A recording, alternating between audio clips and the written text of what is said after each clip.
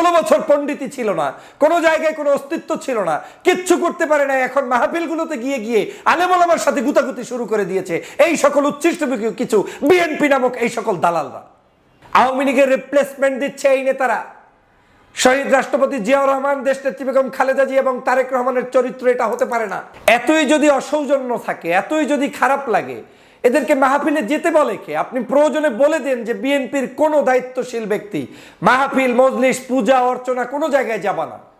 বিএনপির কোনো নেতার মাহফিলে যাওয়ার প্রয়োজন নাই। যেই নেতা মাহফিলে গিয়ে একজন আলেমের ওয়াজ শোনার মতো ধৈর্য তার নাই, একজন আলেমের ব্যাখ্যা শোনার মতো ধৈর্য তার নাই, একজন আলেমকে অসভ্য ভাষায় গালিগালাজ করবে, সেখানে তাকে বেদব বলবে, চোখ উপড়ে ফেলবে, তাকে একেবারে শেষ করে ফেলবে, মেরে ফেলবে, এটা কোন ধরনের অসৌজন্যতা? আজকের বাংলাদেশের প্রায় জায়গায় এই ঘটনাগুলো এখন ঘটছে। কবির বিন সামাদ বাংলাদেশের আলোচিত একজন শিল্পী, একজন লেখক, একজন ইসলামিক ওয়াইজিন, এবং তিনি ইসলামিক কন্টেন্ট ক্রিয়েট করে বিভিন্ন জায়গায় আলোচনার জন্ম দিয়েছেন। বাংলাদেশের তরুণদের কাছে একজন জনপ্রিয় ব্যক্তিতে রূপান্তরিত হয়েছেন। সেই কবির বিন সামাদের একটি মাহফিলে সাতক্ষীরার জেলার বিএনপির সাবেক আহ্বায়ক জনাব আব্দুর রৌফ সাহেব যে অকথ্য ভাষায় গালিগালাজ করেছেন এবং একটি প্রশ্ন করাকে কেন্দ্র করে সেখানে যে অসৌজন্যতা তার উপরে দেখিয়েছেন এবং মাহফিলের পরিবেশ নষ্ট করেছেন, সেটার আমি তীব্র নিন্দা জানাই। বাংলাদেশের সাধারণ মানুষের কাছে বিএনপিকে চূড়ান্তভাবে একদম শেষ পর্যায়ের ব্রেকটা মারার জন্য কিছু অসাধু লোক বসে আছে পরিকল্পনার অংশ হিসেবে, যারা চায় না এদেশের ইসলামী মূল্যবোধের শক্তির সাথে বিএনপির বিন্দুমাত্র কোনো সম্পর্ক থাকুক। আমি জনাব তারেক রহমান সাহেবের কাছে এই মেসেজটা পৌঁছে দিতে চাই স্পষ্টভাবে। বাংলাদেশে বিএনপিকে ধ্বংস করার জন্য, বাংলাদেশে বিএনপিকে ধ্বংস করার জন্য এই মানুষগুলোই যথেষ্ট।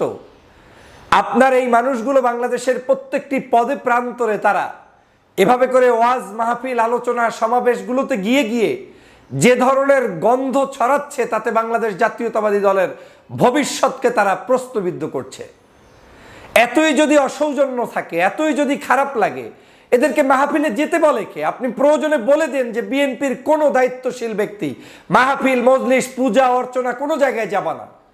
বিএনপির কোনো নেতার মাহফিলে যাওয়ার প্রয়োজন নাই। যেই নেতা মাহফিলে গিয়ে একজন আলেমের ওয়াজ শোনার মতো ধৈর্য তার নাই, একজন আলেমের ব্যাখ্যা শোনার মতো ধৈর্য তার নাই, একজন আলেমকে অসভ্য ভাষায় গালিগালাজ করবে, সেখানে তাকে বেদব বলবে, চোখ উপড়ে ফেলবে, তাকে একেবারে শেষ করে ফেলবে, মেরে ফেলবে, এটা কোন ধরনের অসৌজন্যতা?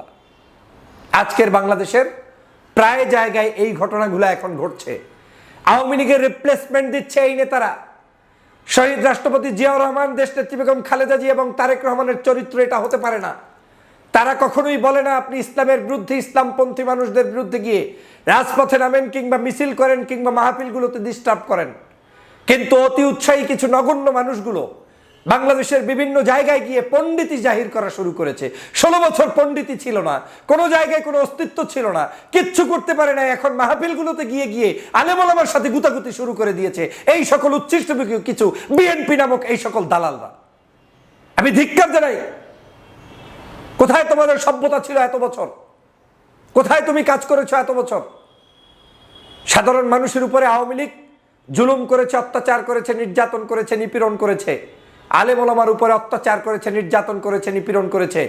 এই আলেম ওলামার উপরে যারাই অত্যাচার করেছে তাদেরকে বাংলার মানুষ বিতাড়িত করেছে এবং তারা বাংলাদেশ থেকে পালিয়ে গিয়েছে। আপনারা জানেন আওয়ামী লীগের একটি চরিত্র ছিল, বাংলাদেশের যে কোনো ইসলামিক অর্গানাইজেশনগুলোকে তারা বন্ধ করতে চেয়েছিল, মাহফিলগুলোতে বন্ধ করতো, 144 দ্বারা জারি করতো তাফসির মাহফিলে। জনগণ ভালো চোখে নেয় নাই, যে কারণে তাদের পতন হয়েছে।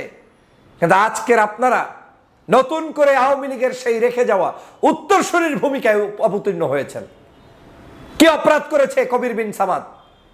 কি অপরাধ করেছে একজন আলেম? তিনি মঞ্চে উঠে বক্তব্য দিতে গিয়ে, আপনি তো একটা গানের মঞ্চে গিয়ে গানের কোনো প্রতিবাদ করেন না, সেখানে গিয়ে তো কলি, ছন্দ, পতন হচ্ছে কিনা আপনি সেটা নিয়ে তাহাকিক করেন না। আপনি মাহফিলের মধ্যে গেলে আপনার এত চুলকায় কেন, এত গাখাউস কেন আপনাদের? একজন আলেম ওয়াজ নসিহত যেভাবে করছে আপনি শুনে চলে আসবেন, ভালো না লাগলে আপনি প্রত্যাখ্যান করবেন। আপনার সব এলেমগিরি জাহের করতে যান এই মাহফিলগুলোতে। তাফসির মাহফিলে ঢুকে ঢুকে আপনি নতুন নতুন এলেম দেখাচ্ছেন। কি এলেম আছে আপনার? একজন আলেমের কাছে প্রশ্ন করার ভদ্রতাও যদি না জানেন, তাহলে আপনি কিসের রাজনীতি করছেন? আবার নাকি চেয়ারম্যান, আবার নাকি এমপি, আবার নাকি মন্ত্রী, এই নামে নামে এক একজন এলাকার বহুত বড় বড় ভাব দেখান। মনে করেন যে গ্রামের মুসল্লিরা আপনাদের সামনে জিম্মি। আসলেই জিম্মি। কিছু সন্ত্রাস, কিছু চাঁদাবাজ, কিছু লুটেরা, কিছু দুষ্ট, কিছু অসভ্যদের কারণে আজকের বাংলাদেশের সমগ্র প্রান্তে পদে প্রান্তে মানুষগুলোর অশান্তি তৈরি হচ্ছে। আমি স্পষ্ট ভাষায় বিএনপির পক্ষ থেকে দিক নির্দেশনা চাই এই সকল মানুষদের প্রতি। হয় তারা মাহফিলে যাবে, চুপ করে বসে থাকবে, না হয় তারা মাহফিলে যাওয়ার প্রয়োজন নেই। মাহফিলে গিয়ে যদি সন্ত্রাসী করে, মাহফিলে যদি চৌক উপড়ে ফেলে, মাহফিলে গিয়ে যদি বক্তাকে বেদব বলে, ওই রকম বিএনপি নামক কর্মীকে তো মাহফিলে যাওয়া থেকে বন্ধ করে দেওয়া উচিত। এই একই কাজ আওয়ামী লীগ করে পতন হয়েছে, এই একই কাজ আওয়ামী লীগ করে ধ্বংস হয়ে গিয়েছে। সেই কাজটি আপনারা আবার শুরু করে দিয়েছেন। আমি ধিক্কার জানাই, নিন্দনীয় কাজ করেছেন। এই একই কাজ এই গত দুদিন আগে আমার এলাকায়ও শুনলাম, একটি তাফসির মাহফিল, প্রায় 50 বছরের উপর থেকে পরিচালিত একটি মাহফিল নিজেরা কামড়াকামড়ি করে বন্ধ করে রেখেছিল। জানি না এখন চালু হয়েছে কিনা। এটা কোনো ধরনের ভালো কাজ নয়। এটা ইঙ্গিত বহন করে দৌলিয়াতের, এটা ইঙ্গিত বহন করে পতনের, এটা ইঙ্গিত বহন করে ভবিষ্যৎ অন্ধকারের। আর এই কাজগুলো সমালোচনা তারাই করবে না যারা আজকের লুটেরা, সন্ত্রাস কিংবা চাঁদাবাজ। আর তারাই আপনার এই দোষগুলো ধরিয়ে দিবে যারা দেশপ্রেমিক এবং ধর্মপ্রেমিক এবং মানুষের সিমটম বোঝে, মানুষের পালস বুঝে, তারাই আপনাকে ধরিয়ে দেবে। আপনার স্পষ্ট নির্দেশনা দিয়ে দিন। কত বড় দুঃসাহস একজন আলেম সে যেই হোক, এলেমের পার্থক্য থাকতে পারে, আমলের পার্থক্য থাকতে পারে, বয়সে ছোট বড় থাকতে পারে, কিন্তু একজন ওয়াইজিন, আমার বাড়ির মেহমান, তাকে আপনি প্রশ্ন করবেন। আবার প্রশ্নের উত্তর সঠিক মতো না পেলে, মন মতো না হলে আপনি সেখানেই করবেন। চেহারার মধ্যেই তো মনে হয় যেন আপনার মধ্যে বিন্দুমাত্র ইসলামের প্রতি দরদ নাই। এই আব্দুর রবকে বহিষ্কার তো করবেনই, কিন্তু এই আব্দুর রব তো ছোট্ট একটা চিনিপুটি, এটা তো কিচ্ছু না, এটা তো নাথিং। বিএনপির এটা তো একেবারে পার্ট, একেবারে স্মল, তো মেম্বারের যোগ্যতা নাই। কিন্তু এই আব্দুর রবকে বলছি না, আমি বলছি বাংলাদেশের প্রত্যেকটি জায়গায়, শুধু রব নয়, আরো যারা বড় বড় মহারথী রয়েছে, যারা সকাল সন্ধ্যা ধর্মের বিরুদ্ধে, ইসলামের বিরুদ্ধে, আলেম ওলামার বিরুদ্ধে বিষোদ্গার গায়, ওই সকল দুষ্টগুলোকে মুখ বন্ধ করেন, না হয় বহিষ্কার করেন, না হয় ওদের কাছ থেকে দলকে রক্ষা করেন। এরা আপনার দলের বিন্দুমাত্র উপকার করবে না। মনে মনে ভাববেন না যারা আজহারীর বিরোধিতা করছে তারা আপনার দলকে ভালোবাসছেন না, দলটাকে একেবারে গোয়ার ভিতরে, আপনার একেবারে গর্তের ভিতরে ঢুকিয়ে দিচ্ছে। আর যারা মনে মনে ভাববেন না যে অমুক মুক্তিযোদ্ধা টাইটেল লাগিয়ে, হ্যাঁ, ফজলুর রহমানের মতো একজন নেতা বিশাল মনে হয় যেন আওয়ামী লীগ করে আসছে, দলে এত নেতা শর্ট পড়েছে যে আওয়ামী লীগ থেকে ধার করা নেতার দিয়ে তারপরে ধর্ম বিরোধী কথা বলাতে হবে।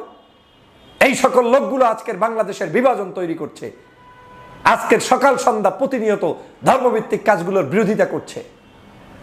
এই সকল হারুন পাপিয়ে দিয়া এই দল টিকবে না।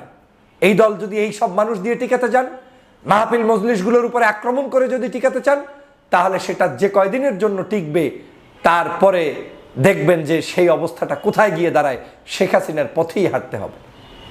আমি সে কারণে স্পষ্টভাবে বলতে চাই, এই ভাষাগুলো দেখুন এবং শিখুন। কি করছেন এগুলা? জনগণের কাছে কি উপস্থাপন করছেন আপনারা? এদেশ 5ই আগস্ট আবার নতুন করে স্বাধীন হয়েছে কারো বাপদাদির তালুকদারিগিরি চালানোর জন্য নয়। এদেশটা স্বাধীন হয়েছে সকল ধর্ম, পেশার, মতের মানুষগুলো স্বাধীনভাবে কথা বলবে সেজন্য। অতএব সাবধান হয়ে যান যারা এই সকল নোংরামির সাথে সম্পৃক্ত। আমি মনে করি তারা এই দল, এই দেশকে ক্ষতিগ্রস্ত করছে। বিএনপির মতো এত বড় একটি জনপ্রিয় দলকে প্রশ্নবিদ্ধ করছে। যারা এটা করছে তাদের থেকে দলকে সাবধান করার এখনই সময়, না হয় পতন নিশ্চিত।